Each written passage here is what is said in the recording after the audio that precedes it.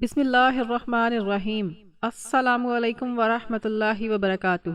شب برات کیا ہے؟ محترم ناظرین، ماہ شبان المعظم میں ایک رات آتی ہے جو بڑی فضیلت اور بزرگی والی رات ہے۔ جلیل القدر تابعی حضرت عطار بن یسار رحمۃ اللہ علیہ فرماتے ہیں کہ لیلۃ القدر کے بعد شبان کی 15ویں شب سے زیادہ کوئی رات افضل نہیں۔ اس رات کے کئی نام ہیں۔ لیلۃ المبارکہ یعنی برکتوں والی رات، یعنی اللہ تعالیٰ کی رحمت خاصہ کے نزول کی رات۔ دستاویز والی رات، دوزخ سے چھٹکارا ملنے اور بری ہونے کی رات۔ اس رات میں رحمت خداوندی کے طفیل بے شمار انسان دوزخ سے نجات پاتے ہیں، اس لیے اس رات کو شب برات کہتے ہیں۔ یہ شعبان کی 15ویں شب ہوتی ہے۔ احادیث مبارکہ میں اس شب کی بڑی فضیلت اور خصوصیات ذکر کی گئی ہیں۔ محترم ناظرین، ہم احادیث کی کتابوں میں یہ عام طور پر پڑھتے اور سنتے رہتے ہیں کہ اللہ تعالیٰ عام راتوں میں رات کے تہائی حصے میں آسمان دنیا پر تشریف فرماتے ہیں اور ندا آتی ہے کوئی جو مجھ سے مغفرت طلب کرے، ہے کوئی جو مجھ سے رزق طلب کرے، ہے کوئی مصیبت زدہ جس کی مصیبت کو دور کروں۔ لیکن شب برات میں بالکل اس کے مختلف ہے کہ شب برات میں اللہ تعالیٰ غروب آفتاب سے لے کر یعنی مغرب کے بعد سے لے کر صبح صادق تک آسمان دنیا پر نزول فرماتے ہیں اور اپنی مخلوق پر نظر رحمت فرماتے ہوئے بے شمار انسانوں کی مغفرت فرما دیتے ہیں۔ البتہ کچھ محروم القسمت لوگ ایسے ہیں جو اس شب میں بھی نظر رحمت سے محروم رہتے ہیں۔ ایک حدیث ہے جس کا مفہوم کچھ اس طرح سے ہے کہ حضرت عائشہ صدیقہ رضی اللہ تعالی عنہا نبی کریم صلی اللہ علیہ وآلہ وسلم سے روایت فرماتی ہیں کہ آپ نے فرمایا، کیا تمہیں معلوم ہے اس رات یعنی شعبان کی 15ویں شب میں کیا ہوتا ہے؟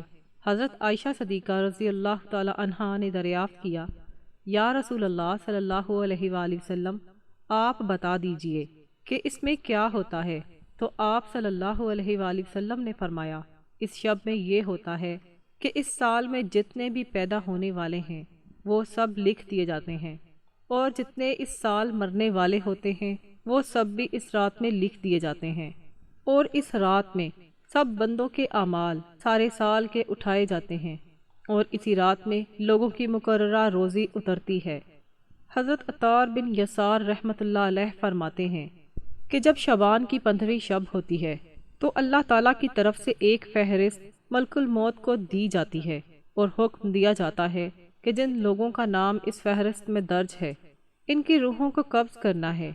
کوئی بندہ تو باغوں کے درخت لگا رہا ہوتا ہے، کوئی شادی کر رہا ہوتا ہے، کوئی تعمیر میں مصروف ہوتا ہے، حالانکہ اس کا نام مردوں کی فہرست میں لکھا جا چکا ہوتا ہے۔ حضرت عثمان بن محمد رحمۃ اللہ علیہ فرماتے ہیں کہ رسول اللہ صلی اللہ علیہ وآلہ وسلم نے فرمایا کہ عمریں ایک شعبان سے دوسرے شعبان تک طے کی جاتی ہیں، یہاں تک کہ انسان شادی بیاہ کرتا ہے، اس کے بچے پیدا ہوتے ہیں، حالانکہ اس کا نام مردوں کی فہرست میں داخل ہو چکا ہوتا ہے۔ حضرت راشد بن سعد رحمۃ اللہ علیہ سے روایت ہے کہ رسول اللہ صلی اللہ علیہ وآلہ وسلم نے ارشاد فرمایا، شعبان کی 15ویں شب کو اللہ تعالیٰ ان تمام روحوں کو قبض کرنے کی تفصیل ملک الموت کو بتا دیتے ہیں جو اس سال میں قبض کی جائیں گی۔ ایک حدیث ہے جس کا مفہوم کچھ اس طرح سے ہے کہ حضرت ابو ہریرہ رضی اللہ تعالی عنہ روایت کرتے ہیں کہ رسول اللہ صلی اللہ علیہ وآلہ وسلم نے ارشاد فرمایا کہ میرے پاس نصف ماہ شعبان کی رات جبرائیل علیہ السلام تشریف لائے اور عرض کرنے لگے، اے اللہ کے رسول، آسمان کی طرف اپنا سر مبارک اٹھائے۔ میں نے ان سے دریافت کیا کہ یہ کون سی رات ہے؟ انہوں نے کہا، یہ وہ رات ہے جس رات اللہ تعالیٰ رحمت کے 300 دروازے کھول دیتا ہے اور ہر اس شخص کو بخش دیتا ہے جس نے اس کے ساتھ کسی کو اپنا شریک نہیں ٹھہرایا۔ شرط یہ ہے کہ وہ جادوگر نہ ہو، سود خور نہ ہو، زانی نہ ہو، شراب کا عادی نہ ہو۔ ان لوگوں کی اللہ تعالیٰ اس وقت تک بخشش نہیں فرماتا جب تک کہ وہ توبہ نہ کر لیں۔ جب رات کا چوتھائی حصہ گزر گیا تو جبرائیل علیہ السلام پھر تشریف لائے اور کہا، یا رسول اللہ صلی اللہ علیہ وآلہ وسلم، اپنا سر مبارک اٹھائیے۔ آپ نے ایسا ہی کیا۔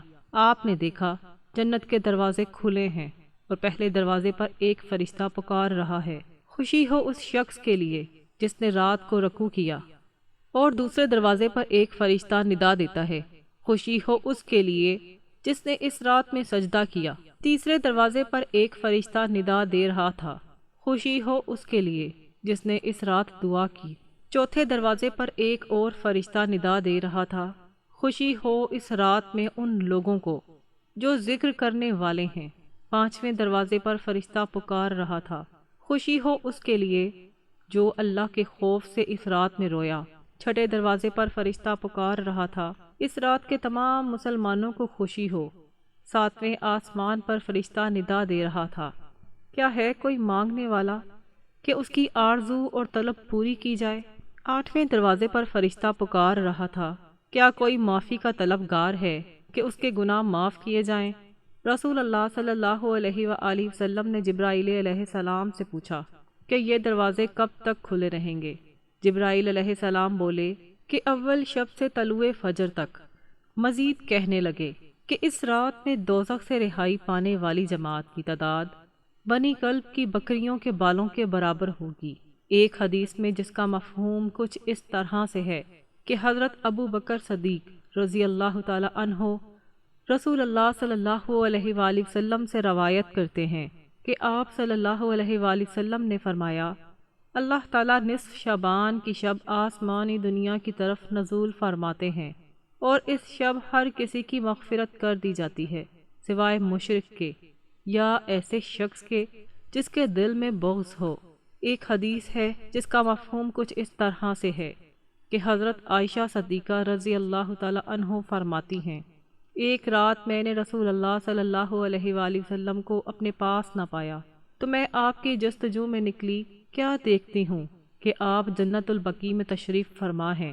آپ نے فرمایا، اے عائشہ، کیا تمہیں یہ اندیشہ ہے کہ خدا کے رسول تم پر زیادتی کر سکتے ہیں؟ میں نے عرض کیا، یا رسول اللہ صلی اللہ علیہ وآلہ وسلم، مجھے یہ خیال ہوا کہ شاید آپ کسی دوسری اہلیہ کے پاس تشریف لے گئے ہیں۔ آپ نے فرمایا، بلا شبہ اللہ تبارک و تعالی شعبان کی 15ویں شب آسمان دنیا کی طرف نزول فرماتے ہیں، بنو کلب کی بکریوں کے بالوں کے برابر لوگوں کی مغفرت فرما دیتے ہیں۔ حضرت ابو موسیٰ اشعری رضی اللہ تعالی عنہ رسول اللہ صلی اللہ علیہ وآلہ وسلم سے روایت فرماتے ہیں کہ آپ نے فرمایا، اللہ تعالیٰ شعبان کی 15ویں رات نظر رحمت فرما کر تمام مخلوق کی مغفرت فرما دیتے ہیں سوائے مشرک اور کینہ پرور کے۔ ایک حدیث ہے جس کا مفہوم کچھ اس طرح سے ہے کہ حضرت علی رضی اللہ تعالی عنہ فرماتے ہیں کہ رسول اللہ صلی اللہ علیہ وآلہ وسلم نے فرمایا، جب شعبان کی 15ویں شب آئے تو رات کو نماز پڑھو اور اگلے دن روزہ رکھو، کیونکہ غروب آفتاب سے لے کر طلوع صبح تک اللہ تعالیٰ آسمان دنیا پر رہتے ہیں اور فرماتے ہیں، ہے کوئی مجھ سے بخشش مانگنے والا کہ میں اسے بخش دوں، ہے کوئی رزق طلب کرنے والا کہ میں اسے رزق دے دوں، ہے کوئی مصیبت زدہ کہ میں اسے مصیبت سے نجات دوں۔ اللہ تعالیٰ ہمیں اس رات کی قدر کرنے کی توفیق عطا فرمائے اور اس رات اپنی عبادت کرنے کی توفیق عطا فرمائے، اور اس مقدس رات کو اس کے تقاضوں کے مطابق گزارنے کی توفیق عطا فرمائے۔ اللہ تعالیٰ سے دعا کرتے ہیں کہ اللہ تعالیٰ نیکی کی بات کو سننا اور اس پر عمل کرنے کی بھی توفیق عطا فرمائے۔ محترم ناظرین، اگر آپ کو ویڈیو اچھی لگی ہے تو ویڈیو کو لائک کریں، چینل کو سبسکرائب کریں۔ ملتے ہیں اگلی ویڈیو میں۔ اللہ حافظ۔